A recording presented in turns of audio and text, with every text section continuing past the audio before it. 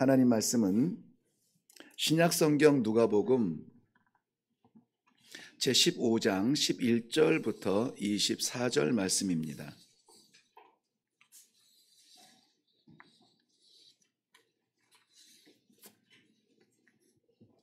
찾으셨으면 우리 한 목소리로 11절부터 24절까지 읽겠습니다. 시작. 또 이르시되 어떤 사람에게 두 아들이 있는데 그 둘째가 아버지에게 말하되 아버지여 재산 중에서 내게 돌아올 분깃을 내게 주소서 하는지라. 아버지가 그 살림을 각각 나눠 주었더니 그 후 며칠이 안 되어 둘째 아들이 재물을 다 모아 가지고 먼 나라에 가 거기서 허랑방탕하여 그 재산을 낭비하더니 다 없앤 후 그 나라에 크게 흉년이 들어 그가 비로소 궁핍한지라.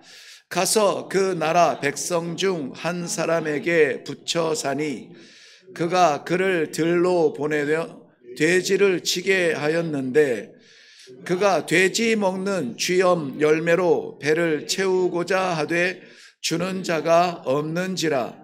이에 스스로 돌이켜 이르되 내 아버지에게는 양식이 풍족한 품꾼이 얼마나 많은가. 나는 여기서 주려 죽는구나.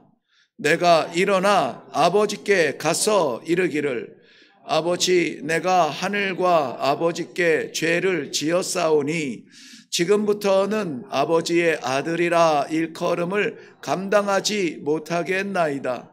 나를 품꾼의 하나로 보소서 하리라 하고 이에 일어나서 아버지께로 돌아가니라. 아직도 거리가 먼데 아버지가 그를 보고 측은히 여겨 달려가 목을 안고 입을 맞추니 아들이 이르되 아버지여, 내가 하늘과 아버지께 죄를 지었사오니 지금부터는 아버지의 아들이라 일컬음을 감당하지 못하겠나이다 하나 아버지는 종들에게 이르되 제일 좋은 옷을 내어다가 입히고 손에 가락지를 끼우고 발에 신을 신기라. 그리고 살진 송아지를 끌어다가 잡으라. 우리가 먹고 즐기자. 이 내 아들은 죽었다가 다시 살아났으며 내가 잃었다가 다시 얻었노라 하니 그들이 즐거워하더라. 아멘, 아멘. 네, 요즘에 하나님께서 집중적으로 일회교회를 향하여서 주시는 마음 말씀이 계세요. 저도 계획하지는 않았는데 그렇게 준비하다 보니 그런 것을 깨달았어요. 뭐냐면은 좀 우리가 수요 예배 때에 신론을 지금 계속해서 공부하고 있는데요. 신론에 대해서 우리가 하나님의 존재를 알아가는 지식적 시간이 아니라 알아가면 알아갈수록 어떻게 그 위대하시고 창조주이신 아버지가 어떻게 이 미약하고 미련한 나에게 그의 전부를 주셔서라도 나를 사랑한다, 이것을 좀 말씀하고 싶어 하는지 아버지의 간절한 마음을 사실은 수요 성경 공부를 준비할 때마다 깨닫게 됩니다.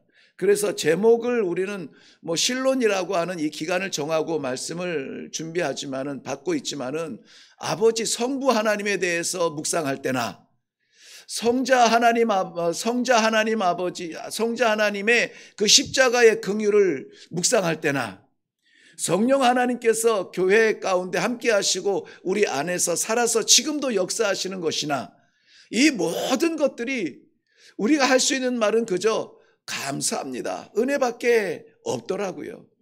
하나님을 알아가면 알아갈수록 내가 아니라 하나님이십니다 고백할 수밖에 없어요.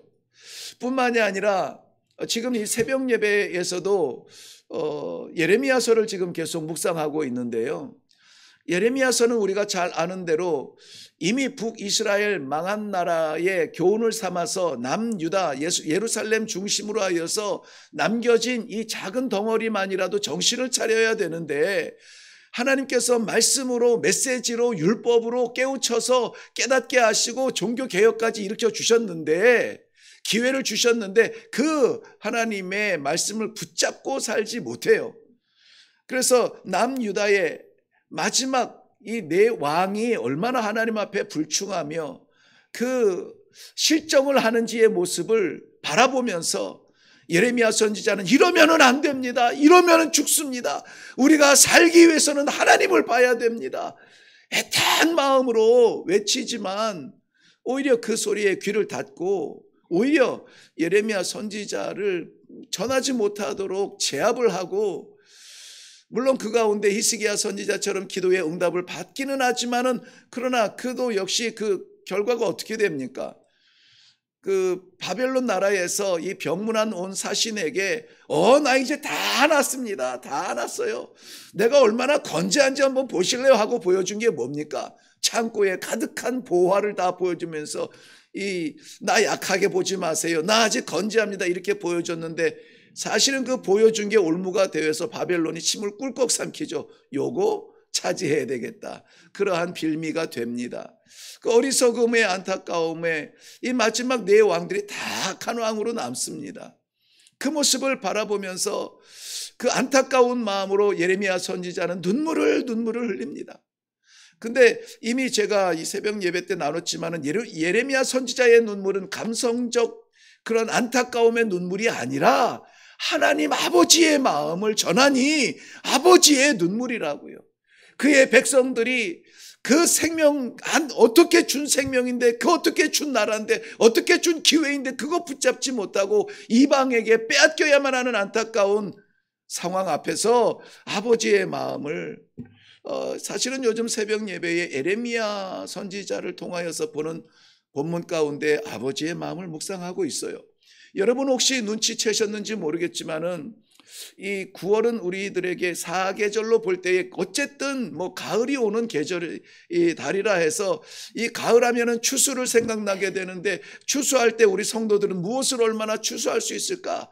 그 마음을 보면은 안타까운 마음으로 기도하게 되죠. 열심히 뛰고 애를 쓰는데도 여전히 살 길은 막막하고 어렵고, 장로님 기도하신 대로 정당들은 자기네들의 당약을 위하여서만 힘쓰지 백성들의 고통을 생각하지 않는 듯 섭섭하기까지 한 이러한 시대에 사랑하는 주의 백성들이 믿음 지키며 살아보겠다고 주의 성전 올라올 텐데 어떻게 이 가을을 맞이할까? 어떻게 인생의 추수를 준비할까? 다른 것 없더라고요. 그래서 9월 첫째 주에는 우리가 하나님의 자녀들이라, 하나님의 자녀들이라. 하나님의 자녀들은 하나님의 능력, 하나님의 권세로 살아나는 것입니다. 우리가 어떻게 한다고 해서 우리가 사는 것이 아니라 하나님의 자녀되는 이 정체성이 무엇보다 중요합니다. 좀 거친 용어지만은 우리 각자를 향해서 하는 말씀이 아니라 이 시대를 향하여서 말한다면은 정신 차려라. 네가 누구인지 좀 알라. 거기에 가서 배회하지 말고 그것하며 즐거워하지 말라.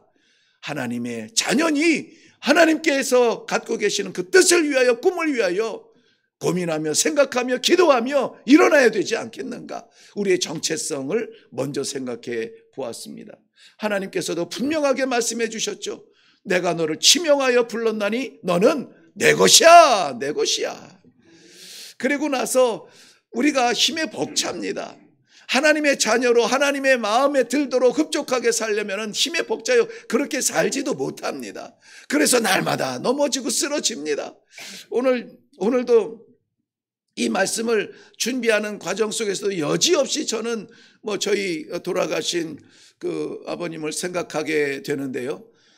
제가 기억하는 첫 순간부터 마지막 아버님의 숨을 거두는, 제가 그 마지막 숨을 거두는 장면에서 그 머리맡에서 계속 찬송하며 흐르는 눈물로 기도하며, 그렇게 마지막 이 동맥이라고 하나, 경맥이라고 하나요? 여기 폴짝폴짝 뛰는 거. 심장은 멎어도 그것보다 마지막에 이 피를 움직이고 하는 것이 여기 목 옆에 띄는 거 이거거든요.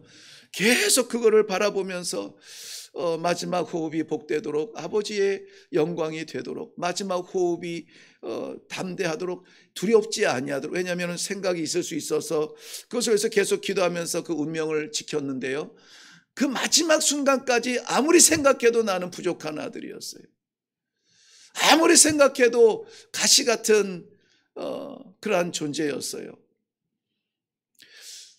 그러다 보니까는 늘 부끄러워요. 우리 저 부모님을 생각하면 부끄럽습니다. 어떻게 해서 나도 하는데 꼭 제가 힘써서 뭔가를 해보려고 하면은 그게 실수가 돼요. 그거를 아버지는 그걸 바라지 않았는데 내가 그걸 하고 있는 거예요. 지금 그거 할 때는 아닌데 엉뚱한 거에 매달리고 있는 거예요. 그래서 아무튼 좀 그렇습니다. 그런데 그래서 제가 두 번째 주일에는 하나님의 위로라는 말씀으로 제목으로 말씀을 전했죠. 연약합니다. 부족합니다. 부끄럽습니다. 완전하지 않아요. 애쓰고 힘쓰고 어떻게든 한번 해보려고 하는데 채워지지 않아요. 그럴 때에 우리 하나님께서 세상에 줄 수 없는 위로로 우리의 연약한 어깨를 두드려 주시면서 괜찮아. 내가 다 알아. 내가 아는데 뭐. 세상이 뭐라고 해도 내가 아는데 뭐. 괜찮아. 하나님 아버지의 그 위로를 함께 나눴습니다. 제 마음에 주신 아버지의 뜻이기 때문에 어떻게 할까 하다가 또 이번 주에도 말씀의 제목은 하나님의 위로예요. 하나님의 위로. 하나님의 마음이에요. 마음. 오늘 본문 말씀 우리가 너무나 잘 아는 말씀이에요. 잃어버린 탕자에 대한 이야기입니다. 그리고 다음 주와 그 다음 주는 하나님의 나팔 소리까지, 이제 빵빠레를 울리는 그 나팔 소리까지 나아가야 되는데, 오늘 이 명절에 많은 식구들이 함께 모이고 흩어져 살던 삶을 이야기할 터인데 잊지 말아야 되는 게 있습니다. 우리 아버지의 마음을 잊으면 안 돼요. 육신적으로는 나를 키워주시고 가르쳐주신 그 아버지의 마음이 어땠는가를 한번 기억하는, 추억하는 시간이 되면 참 좋습니다. 자녀 교육들에게도 제일 좋은 거예요. 그리고 나아가서 우리를 가정으로 묶어주신 하나님 아버지의 마음을 아는 것이 굉장히 중요한 이 명절의 축복일 줄로 믿습니다. 본문이 담겨 있는 누가복음 15장에는 우리가 세 가지 유명한 비유가 담겨져 있는 본문이에요. 먼저는 잃어버린 양에 대한 비유를 말씀하세요. 누가? 예수님이 친히 말씀하신 거예요. 두 번째는 잃어버린 드라크마에 대한 비유예요. 세 번째는 오늘 다른 거는 한 몇 절 속에 이렇게 간단하게 나왔는데 오늘 장장 이렇게 긴, 아직 우리 24절 읽었지만 안 끝났어요. 마지막 32절까지 나가야 되는데 거기 뒷부분은 제가 좀 이렇게 절약을 했습니다. 근데 요 안에까지만 해도 굉장히 긴 본문을 통해서 말씀하고 싶은 것이 있는 거예요. 우리는 흔히 탕자의 비유라, 잃어버린 드라크마의 비유라, 잃어버린 양의 비유라 이렇게 생각하고 있는데요. 사실은 예수님이 잃어버린 것에 대해서 말씀하고 싶은 것은 아니에요. 성경에서는 분명히 이렇게 기록하고 있습니다. 양에 대한 비유를 할 때도 한 목자가 있는데, 한 사람 목자가 있는데 저에게 양 100마리가 있는데 그 중에 한 마리를 잃어버렸다. 어떻게 할 거냐? 뛰쳐나가서 잃어버린 한 마리 양을 위해서 밤이 새도록 찾아 헤매지 않겠느냐? 찾음에 어떻게 해요? 기뻐서 어깨에 메고 돌아와 친구들을 불러 잔치하지 않겠느냐? 이건 잃어버린 양에 대한 이야기가 아니라 그 잃어버린 양을 찾은 목자에 대한 이야기예요. 잃어버린 드라크마도 그 드라크마 하나 잃어버린 것이 중요한 것이 아니라 그것을 잃어버린 사람이 누구라고요?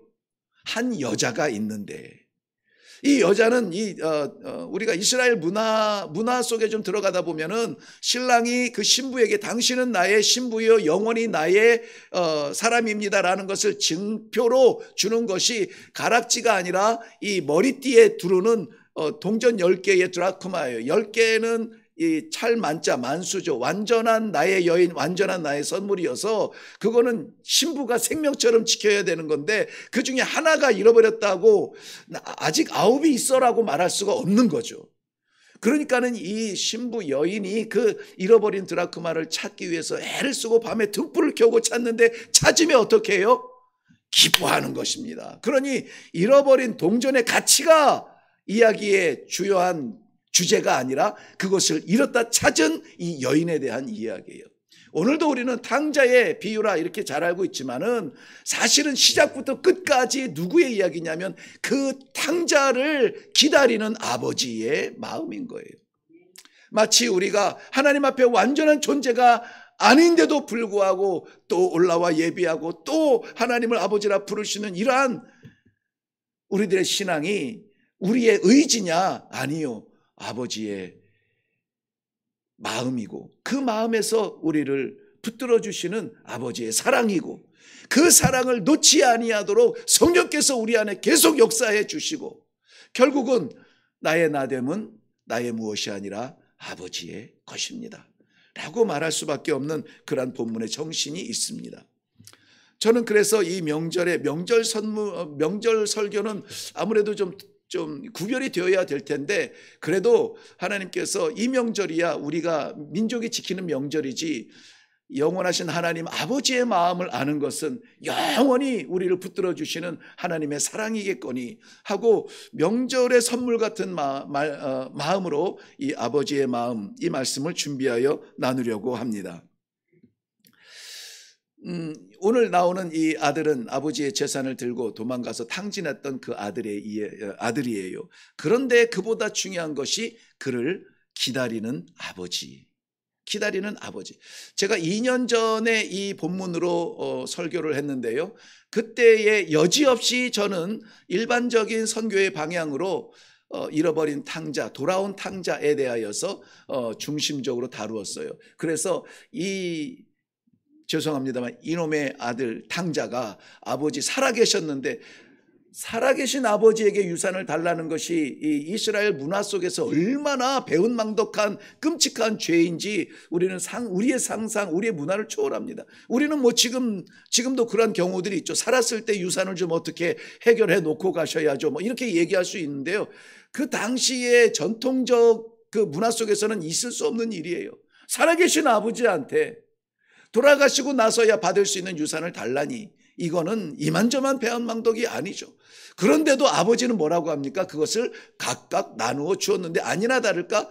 여러분 우리가 바라는 것을 받으면은 하나님 앞에 감사하기보다는 그 받은 것 가지고 노느라고 재밌게 노느라고 주신 아버지 잊어버리듯이 이 아들도 그 유산을 각각 나누어 줬더니 며칠이 못 돼서 그걸 가지고 도망을 가버려요. 타국에 가서 그것을 다 탕진을 합니다. 다 탕진을 하고 돌아오는 그 아들을 그때까지 기다리는 아버지. 기다리는 아버지. 우리가 하나님의 마음에 흡족하지 않다 할지라도 우리를 탓하지 아니하고 버리지 아니하시고 우리를 기다리시는 아버지. 꺼져가는 등불 끄지 아니하시고 보호해 주시는 아버지. 그 아버지의 마음을 오늘 함께 좀 집중적으로 보기를 원합니다. 그때 제가 2년 전 그 설교 원고를 찾아봤어요. 좀 다 있으니까는 끄집어내서 들여다보니까 아니나 다를까 그 탕자 이야기하면서 우리가 이렇게 못났습니다. 우리가 이렇게 부족합니다. 빨리 아버지께 돌아갑시다. 우리를 바라보면서 마지막에 한 10%에서 20% 정도 우리가 언제 돌아가든 우리 아버지는 우리를 기다리고 계십니다. 소망으로 설교를 맺었더라고요. 지금 봐도 그렇게 이렇게 나쁜 설교는 아니었어요. 그렇지만은 정말 이 말씀 속에 예수님이 하고 싶은 말씀이 잃어버린 탕자의 삶을 목적으로 그걸 가르치고 싶었느냐? 아니라는 것이죠. 그를 여전히 기다리시는 아버지. 사랑하는 성도 여러분, 그래서 오늘 이 말씀 가운데 저는 다른 것은 기억하지 못해도 우리 아버지의 마음은 어떠한가, 이것만 좀 마음에 새기고 돌아가서 우리 명절에 모이는 식구들과 함께 나누었으면 좋겠다 하는 그러한 마음이 간절합니다. 먼저 하나님께서는 그의 사랑하는 자녀들, 즉 사랑하는 성도들 잘 되기를 바라고 계세요. 제가 좀 설교를 싸납게 하다 보니까는 막 기죽고 주눅 들어서 뭐 좀 해보겠나? 막 이렇게 반감을 가질 수도 있는데 아니에요. 아닙니다. 왜 농부들이 땅을 밟습니까? 거기에 부드러운 씨앗이 들어가야 되는데 왜 밟습니까?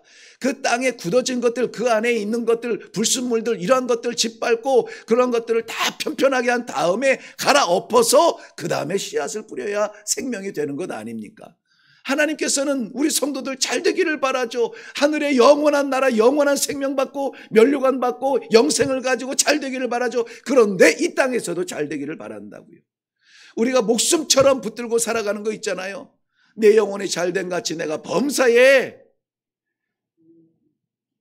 뭐 한다고요? 네? 범사에? 왜 다 다르죠? 강건하기를 구하노라, 형통하기를 구하노라. 우리는 그 앞에 범사에 영혼이 잘됨 같이는 가로 열고 가로 닫아놔요. 그리고 범사에 형통을, 나까지 헷갈리네요. 범사에 형통하기를 원하노라. 만사 형통만 바라고 있지 순서적으로 봐도 무게를 보더라도 범사의 형통은 열매지. 씨를 뿌리고 뿌리가 내리고 기둥이 자라고 나무가 뻗치고 잎사귀가 자라야 열매가 맺히죠. 범사가 잘 된다는 이 열매만 바라보면서 그 밑에서 기다리면 안 된다는 거예요. 본질은 무엇이냐? 내 영혼이 잘됨 같이.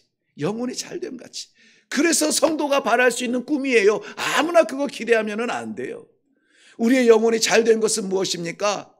하나님을 아버지라고 부를 수 있는 하나님의 자녀된 거예요.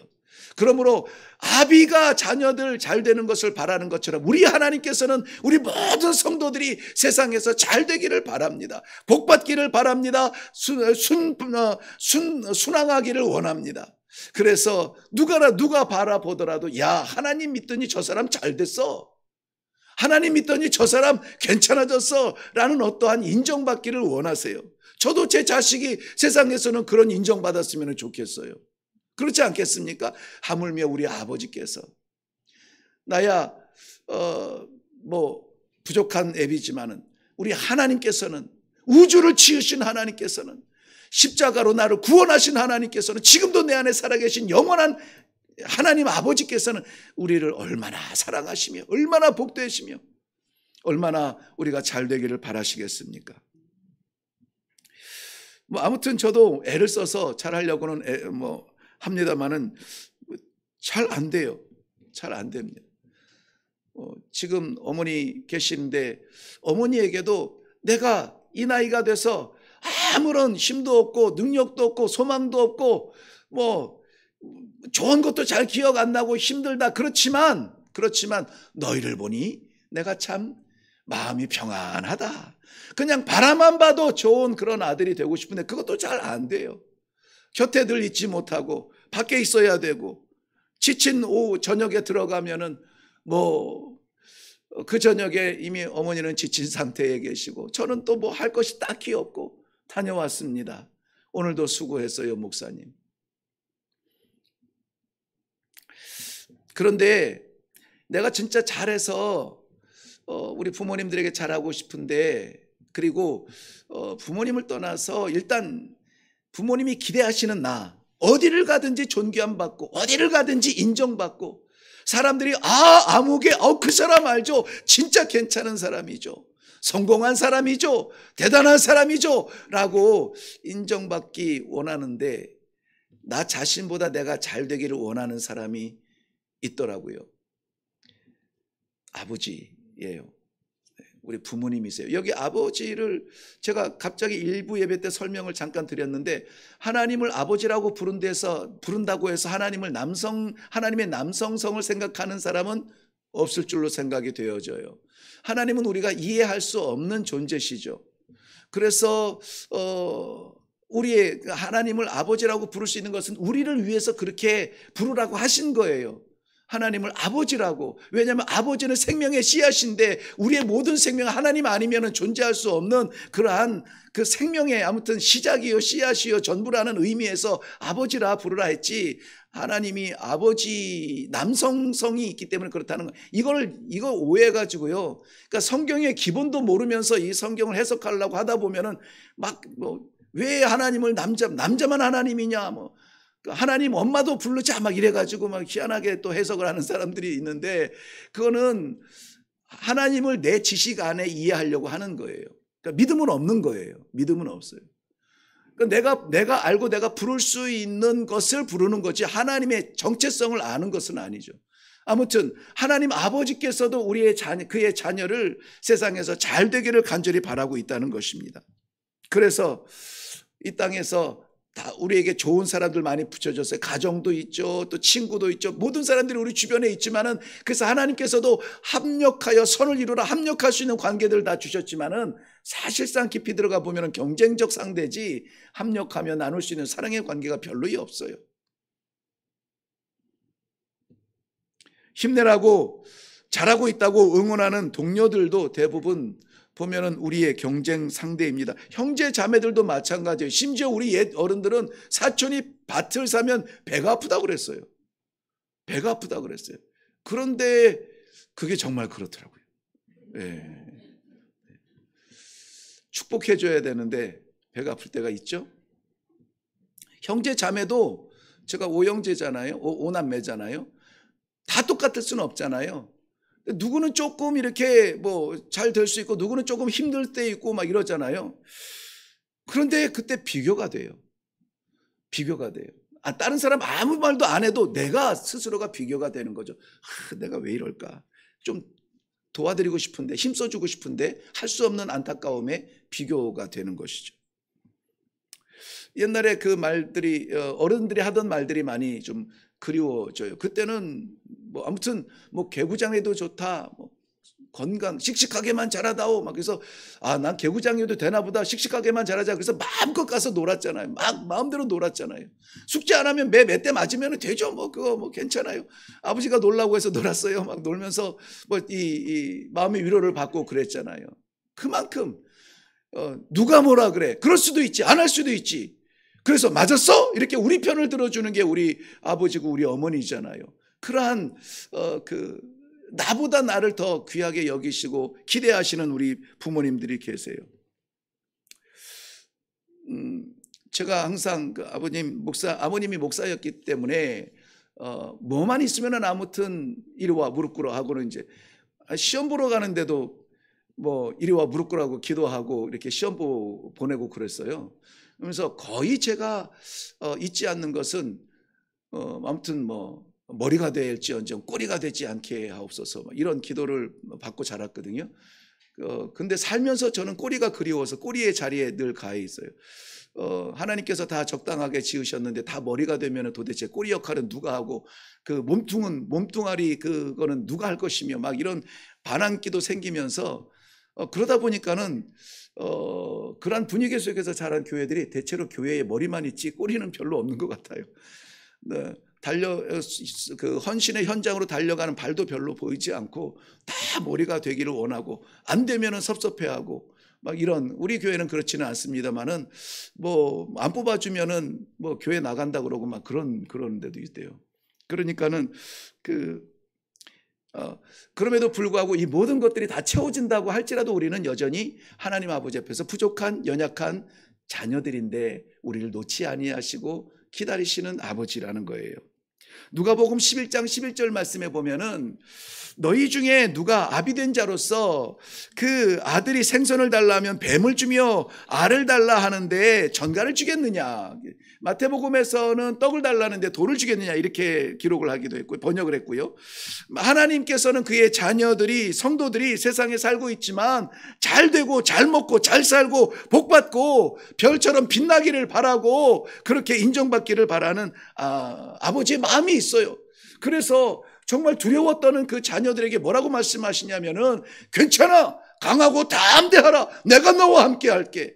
네가 강을 바다를 건널지라도 물이 너를 삼키지 못하도록, 네가 불사를 지날지라도 불꽃이 너를 사르지 못하도록 내가 지켜줄게. 나가봐 라고 이렇게 말씀하여 주시고 약속해 주시는 분이 우리 아버지신 거예요. 그건 실험적 정신이 아니에요. 아버지의 확실한 약속의 정신이에요. 그러므로 우리 아버지께서는 사랑하는 성도 여러분들이 오늘도 복받기를 원하고 오늘도 잘 되기를 원하세요. 손가락질 받기보다는 존귀한 받기를 원하고, 숨어 살기보다는 드러나서 빛이 되기를 바라고, 베풀고 구워주며 나누어 주기를 바라시지, 여기저기 기웃대면서 구걸하며 살아가는 그런 삶이 되지 않기를 바라는 것은 저도 마찬가지요. 억만분의 일도 흉내 못 낼 우리 아버지의 마음도 동일하다는 것입니다. 해도 안 되는 우리의 약점까지 보호해 주시고 지켜주시고 힘을 주시고, 심지어는 그의 독생하신 아들을 십자가에 못 박으시기까지 우리를 건져주시고 살려주시고 드러내주시고, 세상을 향하여서 뭐라고 우리를 내세운다고요?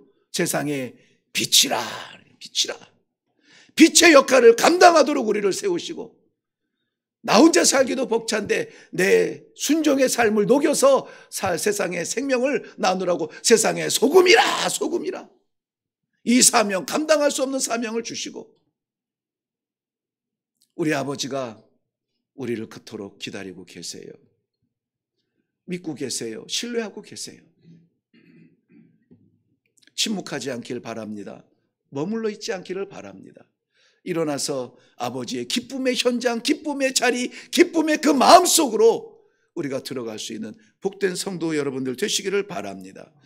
오늘 본문 가운데에서도 맨 이 탕자가 다 돌아다니면서 돈 다 쓰고 탕진하고 그리고 망하고 돼지 치는 사람으로 추락하고 이런 이야기를 하고 있는 것 있지만은, 그런데 정말 말씀을 보면 볼수록 지금 내게 반항하는 아들, 이 아들을 어떻게 대처할 것인가, 그 아버지의 갈등, 그래도 안 된다 말하지 아니하고 자식이 바라니 그 재산을 미리 상속해 주는 아버지의 마음, 도망가 버린 자식의 등을 바라보는 아버지의 공허함, 이놈의 자식, 죽일 놈의 자식, 배신자 같은 놈이라고 욕하지 아니하고, 여러분 이 탕자가 얼마 만에 이것을 다 해먹었는지는 모르겠지만은 돌아오는 순간까지 아버지는 동구 밖에 서서 이 아들을 기다리는 모습을 보고 계시는 거예요. 우리 하나님께서 우리의 불완전한 섬김의 모습에도 여전히 우리를 기다리고 계세요. 아직도 나는 하나님 살려주세요, 고쳐주세요, 하나님 나에게 복을 주세요, 재물을 주세요, 건강을 주세요, 하나님 이거 열어주세요, 저거 해결해 주세요. 우리는 아직까지 아이처럼 나 채울 생각만 해요. 하나님이 뭘 기대하는지 기도해 본 적도 없고, 하나님께서 무엇을 원하시는지 말씀을 묵상해 본 적도 없는데, 우리는 아직도 내가 왕되고 내가 주인 돼서 내가 배고프면 하나님을 향하여서 손가락을 들고, 내가 힘들고 어려우면 하나님 이럴 수가 있습니까? 왜 침묵하십니까? 라고 말하는데요, 우리 하나님은 지금도 우리를 기다리고 계신다는 모습을 말씀을 통해서 보여주고 계시는 겁니다. 배신자 같은 그러한 아들 기다리고 계세요. 자식은 아버지를 배신해도 아버지는 자식을 배반하지 않습니다. 어떤 죄를 지었어도, 제가 고백할 수 없는 아무튼 천 가지 만 가지 죄가 있지만은 돌아가신 아버지와의 아버지와 아들 간의 관계 속에서도 진짜 이 하나님한테나 회개하지 사람 앞에 간증하고 싶지도 않은 그런 끔찍한 죄악들이 저에게도 있어요. 매 안 맞으려고 성적표 이렇게 해가지고, 이게 여러분 그거 옛날에는, 요즘에 이렇게 인쇄해서 나오지만 옛날에는 다 글씨로 썼는데요. 그 점수 바꾸는, 앞자리 바꾸는 게 어렵지 않아요. 스카치 테이프만 있으면 되거든요. 스카치 테이프 대고 이 볼펜으로 그 자리를 이렇게 몇 번 왔다 갔다 하고 딱 띄면은 그 글씨가 정말 기적처럼 할렐루야 다 사라져요. 내가 원하는 글자를 쓰면 돼요. 이런 적도 있어요. 수요 예배 때 형들 쫓아서 뭐 고기 잡으러 낚시 간다고 버텨본 적도 있고, 밤이 새도록 친구들과 어울려 다니면서 걱정거리가 된 적도 있고, 뭐 말한 그 얘기를 다 하면은 저는 오늘 사표 내야 돼요. 큰 죄가 됐든 작은 죄가 됐든 끔찍한 죄가 됐든 죽일 놈의 죄가 됐든 아버지는 기다리세요. 기다리십니다. 기다리세요. 일부 예배 때 제가 했다가 실패한 건데 2부 예배 성도들은 수준은 어떤지 한번 좀 봐야 되겠어요. 제가 들은 얘기인데요. 우리 다 죽으면은 천국 가죠. 천국 갑니다. 네, 그 얘기예요. 그 얘기. 어느 분이 이제 천국에 가서 이제 사람들이 죽어서 하나님 앞에 나오는, 지옥 가는 사람 말고 천국에 오는 사람들이에요. 근데 어느 성도가 천국에 이제 딱 가는데 앞에 진짜 황금문이 쫙 있고요. 그 앞에 천사들이 쫙 나열을 해서 딱 올라가는데 빵빠레를 나팔을 팡 불어주면서 천문이 활짝 열리는데 저 앞에 너무 빛이 강해서 보이지도 아니하는 그 영광의 분이 보좌에 앉으셔서 그저 내가 볼 수 있는 것은 해처럼 맑은 미소로 고개를 끄덕이시면서 그래 아무개 성도야 잘했다, 어서 와라 어서 와라 이렇게 말씀하고 계신데요. 그래서 야 내가 믿음 지키기를 잘했구나. 그래서 이제 그 하나님 곁에서 앉아서 교회에서의 생활과 뭐 이런 이야기들을 하고 있는데 갑자기 또 빵빠레 소리가 빵 나는 거예요. 그래서 또 누가 오나 보다 하고 이렇게 보니까는 천사가 나팔을 불면서 아무개 장로 천국 입성이요. 그러니까 가만히 앉아 계시던 하나님이 갑자기 일어나서 박수를 딱 치더니 아이고 아무개 장로 왔어, 잘 왔어, 어서 와 어서 와 그러시더래요. 생각을 해보니까 아니 나는 내가 저 문을 들어올 때는 그냥 가만 앉으셔서 미소만 지으시더니 장로님이 들어오니까는 일어나 벌떡 일어나서 박수를 치시네. 이거 조금 뭔가 좀 차이가 있는 거죠. 문제는 다음이에요. 그 다음에 또 빵빠레 소리가 빵 나면서 천국 문이 확 열리는데 아무개 목사 천국 입성이요 그랬더니 가만히 앉아 계시던 하나님이 갑자기 맨발로 뛰쳐나가더니 그 문까지 나아가서 아이고 아무개 목사야 잘했다 잘했다 어서 와라 어서 와라 하면서 그 품에 그냥 그 목사를 꽉 끌어안고 놓지를 않으시더래요. 그러니까는 처음에 입성한 그 성도가 조금 이상하다 언짢아 가지고요. 아니 이 천국은 이런 불평등 이런 거 없는 게 아니야. 하나님은 다 똑같이 우리를 사랑하시고 그런 자리 아니야. 근데 나는 성도라고 해서 하나님이 그냥 앉아 계시고 장로님이 오니까는 막 박수를 다 치시고 목사가 오니까는 뛰쳐나와 문 밖에까지 나와서 맨발로 그것도 환영을 하셔? 이러면 안 되는 거 아닙니까? 그랬더니 그 하나님이 그렇게 말씀하시더래요.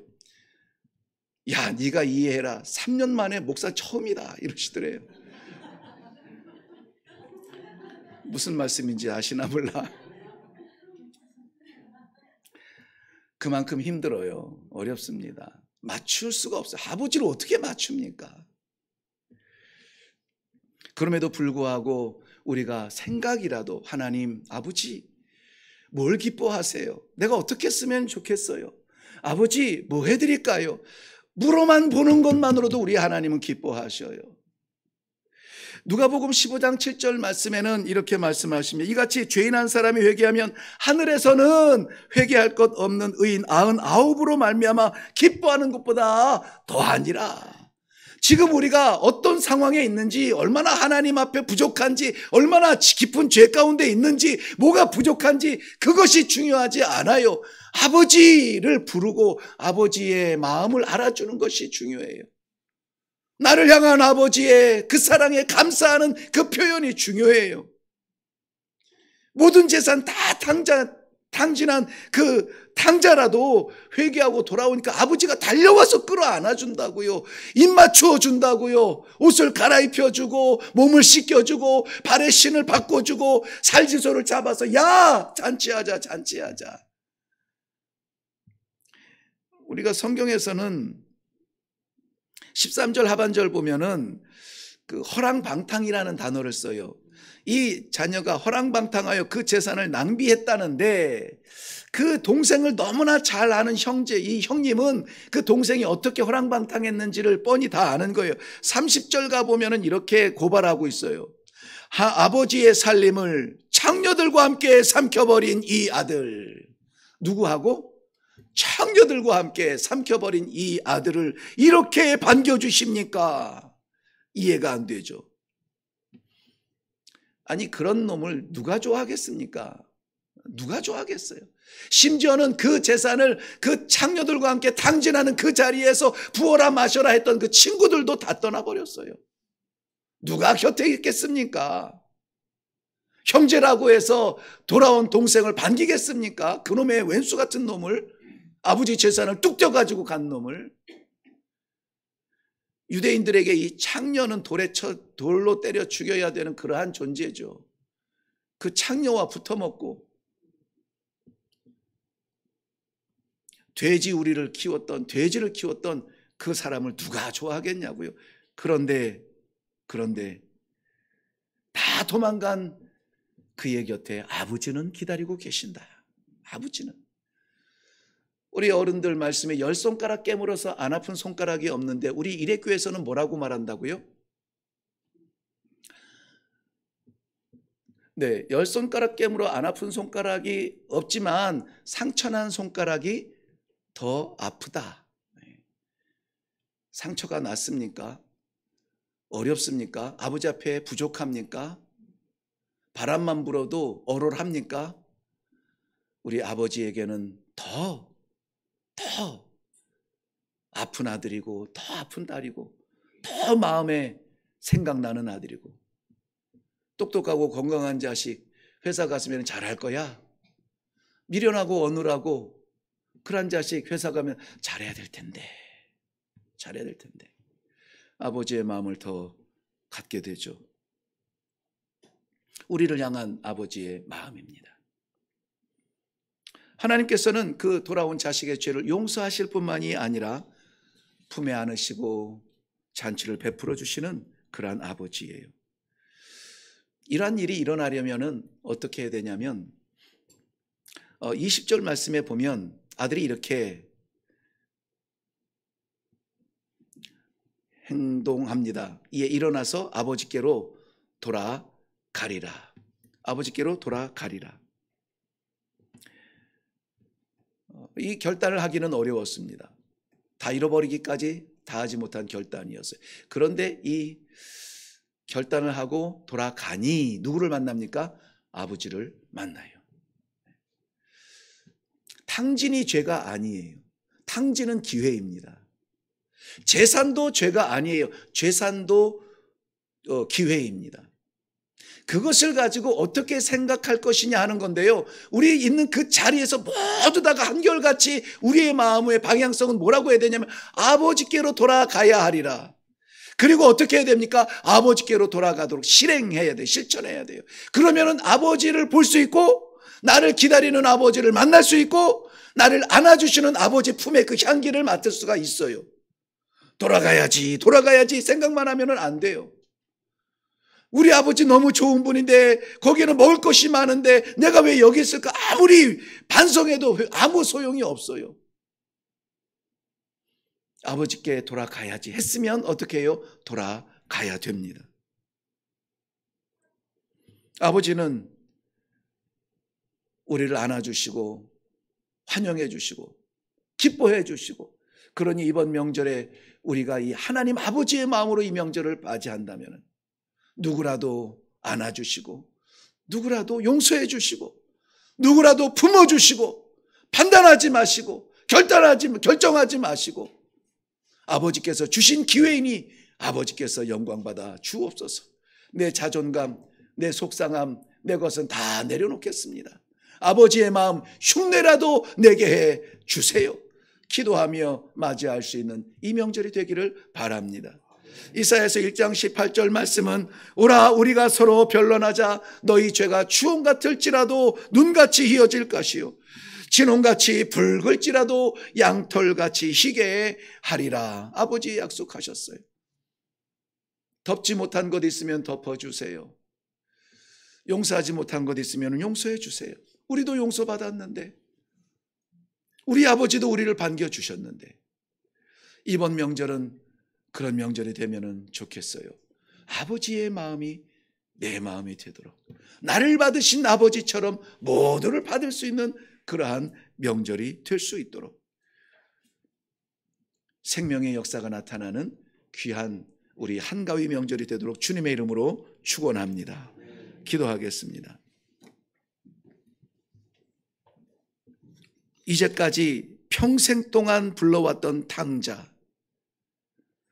탕자가 주인공이 아니라 그런 그를 기다리시는 아버지가 주인공이셨습니다. 내 인생의 주인공은 내가 아니라 나를 지금도 기다리시고 지금도 보호해 주시고 지금도 안아주시는 하나님 아버지이십니다. 이번 명절을 통하여서 이 복음 깨닫게 하시고 이 복음 인하여 힘을 얻고 아버지 주품으로 달려가는 귀한 주의 자녀들 다 되게 하여 주시옵소서. 감사드리오며 예수님의 이름으로 기도하옵나이다. 아멘.